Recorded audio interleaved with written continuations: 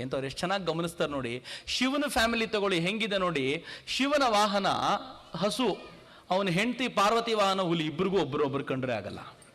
ಶಿವನ ಕತ್ತಲ್ಲಿ ಯಾವಾಗಲೂ ಹಾವಿರುತ್ತೆ. ಅವನ ಮಗ ಸುಬ್ರಹ್ಮಣ್ಯನ ವಾಹನ ನವಿಲು. ಇಬ್ಬರಿಗೂ ಒಬ್ರಿಗೊಬ್ರಿಗಾಗಲ್ಲ. ಶಿವನ ಕತ್ತಲ್ಲಿ ಹಾವಿರುತ್ತೆ, ಅವನ ಇನ್ನೊಬ್ಬ ಮಗನ ವಾಹನ ಇಲಿ. ಅವರಿಬ್ಬರಿಗೂ ಒಬ್ರಿಗೊಬ್ರಿಗಾಗಲ್ಲ. ಈ ಫ್ಯಾಮಿಲಿಯಲ್ಲೇ ಎಷ್ಟು ರಗಳೆ ಇದೆ ಅಂತಂದ್ರೆ ಇನ್ ದೇಶ ಕಿತ್ತಾಡದೆ ಇದ್ರೆ ಏನ್ ಮಾಡುತ್ತೆ ಅಂತ.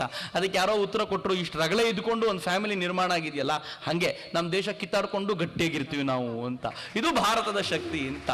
ದೇವರನ್ನು ಕೂಡ ಹಿಂಗ್ ಟೆನ್ಷನ್ಗೆ ಒಂದೊಂದು ಟೈಮ್ ನಾವು ಬೀಳಿಸ್ತೀವಿ.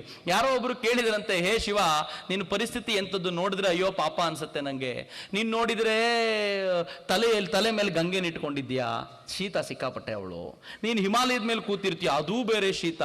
ಎಷ್ಟು ಶೀತ ಅಂದ್ರೆ ನಿಂಗೆ ಎಷ್ಟು ಶೀತ ಆಗ್ಬೋದು ಅಂತಂದ್ರೆ ಅದಕ್ಕೆ ಒಂದು ಪ್ಲಾನು. ನಾನು ಯಾವಾಗಲೂ ಹೀಟ್ ಆಗಿರ್ತೀನಿ. ಹೆಂಡತಿ ಕಾಟ ಮನೆಯಲ್ಲಿ, ನನ್ನ ಮನೇಲಿ ಮಕ್ಕಳ ಕಾಟ, ಯಾವಾಗ ಬಂದರೂ ಗಲಾಟೆ ಮಾಡ್ತಾ ಇರ್ತಾರೆ. ಎಷ್ಟು ಹೀಟ್ ಆಗೋಗಿರ್ತೀನಿ ಅಂದ್ರೆ ನನ್ನ ಹೃದಯ ಬಿಸಿಯಾಗಿ ಕುದಿತಾ ಇರುತ್ತೆ. ಒಂದು ಕೆಲಸ ಮಾಡು, ಕೂಲ್ ಆಗಿರೋ ನೀನು ನನ್ನ ಹೃದಯದಲ್ಲಿ ಬಂದು ಕೂತ್ಕೋ. ನನ್ನ ಹೀಟ್ ನಿಂಗೆ ಸಿಗುತ್ತೆ, ನಿನ್ನ ಕೂಲ್ ನಂಗೆ ಸಿಗುತ್ತೆ, ಇಬ್ಬರು ಮಜವಾಗಿದ್ದು ಬಿಡೋಣ ಅಂತ. ಏನ್ ಚಂದ ಇದೆ ನೋಡಿ ಭಗವಂತನ ಜೊತೆ ಮಾತಾಡೋ ಪ್ರಕ್ರಿಯೆ. ಇದೇ ತರ ಮಾತಾಡ್ತಾ ಮಾತಾಡ್ತಾ ಭಗವಂತನಿಗೆ ನಿಂದೆ ಕೂಡ ಮಾಡ್ತಾರೆ. ಒಬ್ಬರಂತೂ ತಮಾಷೆ ಮಾಡ್ತಾ ಕೇಳ್ತಾರೆ, ಹೇ ಭಗವಂತ, ಹೇ ಶಿವ, ನಿನ್ಗೆ ಯಾವತ್ತಾದ್ರೂ ನಾನು ತೊಂದರೆ ಕೊಟ್ಟಿದ್ದೀನ, ಯಾವತ್ತಾದ್ರೂ ನಿನ್ನ ಬಗ್ಗೆ ಕೆಟ್ಟ ಮಾತಾಡಿದ್ದೀನ ಅಂತ ಅಂದ್ಬಿಟ್ಟು ಹೇಳೋದು.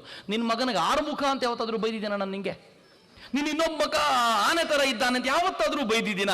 ಒಂದು ಹೆಂಡ್ತಿನ ತೊಡೆ ಮೇಲೆ ಕೂರಿಸ್ಕೊಂಡು ಇನ್ನೊಬ್ಬ ಹೆಂಡ್ತಿನ ತಲೆ ಮೇಲೆ ಕೂರಿಸ್ಕೊಂಡಿದ್ಯಾ ಅಂತ ಯಾವತ್ತಾದ್ರೂ ಬೈದಿದ್ದೀನ? ಹಿಂಗೆಲ್ಲ ಮಾಡ್ಲಿಲ್ಲ, ಮತ್ತೆ ನನ್ನ ಮೇಲೆ ಯಾಕೆ ಕೋಪಿಸ್ಕೊಂಡಿದ್ಯಾ ಅಂತ ಹೇಳಿನೇ ಬೈಯೋದು. ಎಲ್ಲ ಬೈಯೋದ್ರ ಮೂಲಕ ಹತ್ರ ಆಗೋದು. ಭಗವಂತನಿಗೆ ಬೈದವರು ಬಹಳ ಬಾರಿ ಹತ್ರ ಆಗ್ತಾರೆ. ರಾವಣ ಭಗವಂತನನ್ನು ಯಾವತ್ತೂ ಹೊಗಳದವನಲ್ಲ, ಆದ್ರೆ ಪ್ರತಿಕ್ಷಣ ಭಗವಂತನ ಚಿಂತೆ ಮಾಡ್ದ. ಪರಿಣಾಮ ಏನಾಯ್ತು? ರಾಮನೇ ಅವನ ಸಂಹಾರ ಮಾಡ್ಬೇಕಾಗಿ ಬಂತು. ಭಗವಂತನ ಹತ್ರ ಸಂಹಾರ ಮಾಡಿಸ್ಕೊಳ್ಳಿಕ್ಕೂ ಪುಣ್ಯ ಬೇಕ್ರಿ.